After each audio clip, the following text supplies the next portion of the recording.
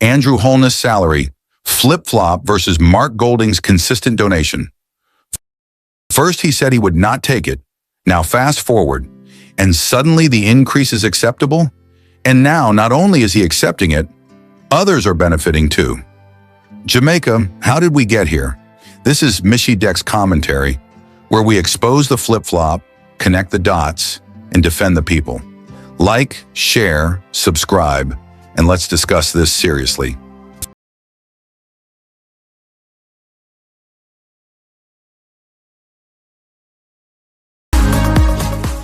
In May 2023, according to the Jamaica Information Service, JIS, Prime Minister Andrew Holness made a major public announcement. At a press conference at the Office of the Prime Minister, he said he was declining the significant salary increase under the new public sector compensation review. At the time, the new scale would have moved his salary from $9.16 million to $22.3 million, then $25.2 million, then $28.5 million. It is important that the country is assured that its leader symbolically and truthfully understands their concerns. As your leader, I do. Therefore, I have directed the Transformation Implementation Unit to remove the Prime Minister's compensation from the new salary scale. The Prime Minister's compensation will therefore remain at its previous levels. To be clear, no retroactive payments will apply to the Prime Minister's pay.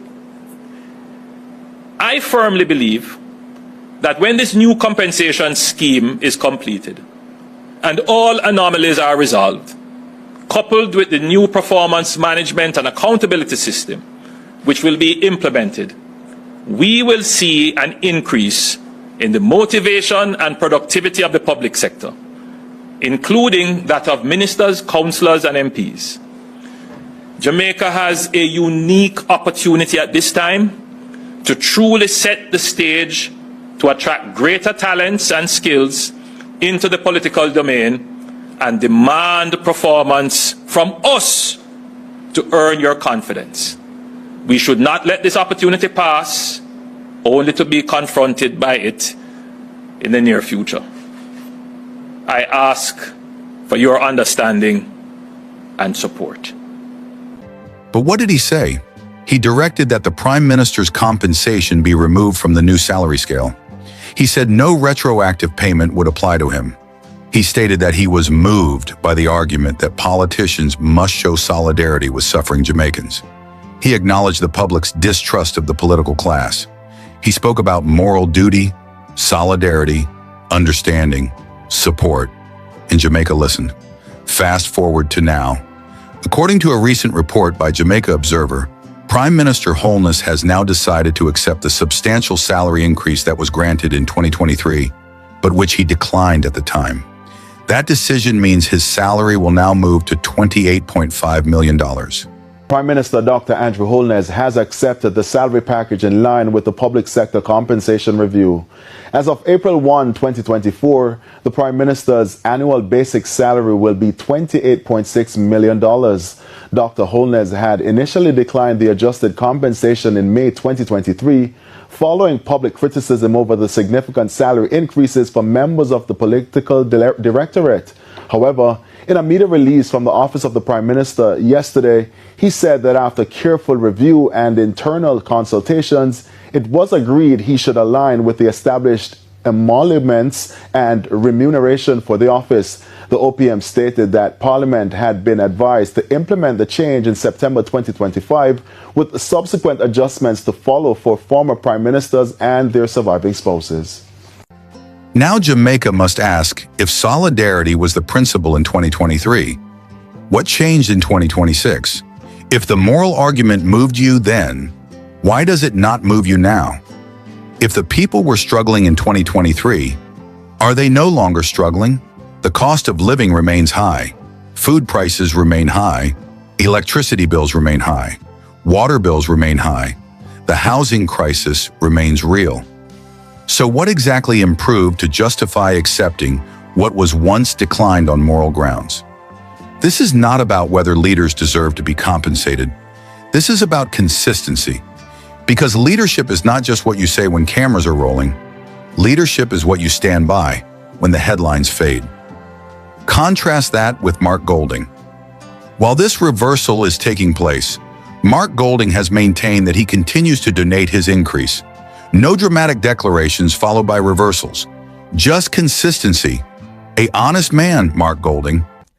Opposition leader Mark Golding says he will only be accepting 20% of the increase, which was announced by Finance Minister Dr. Nigel Clark in the House of Representatives earlier this week. This is in line with the increase that the majority of the public sector has received following the compensation review program by the government. Speaking at a PNP conference a short while ago, Mr. Golding said that the increases for the public directorate is basically a slap in the face of other public sector workers.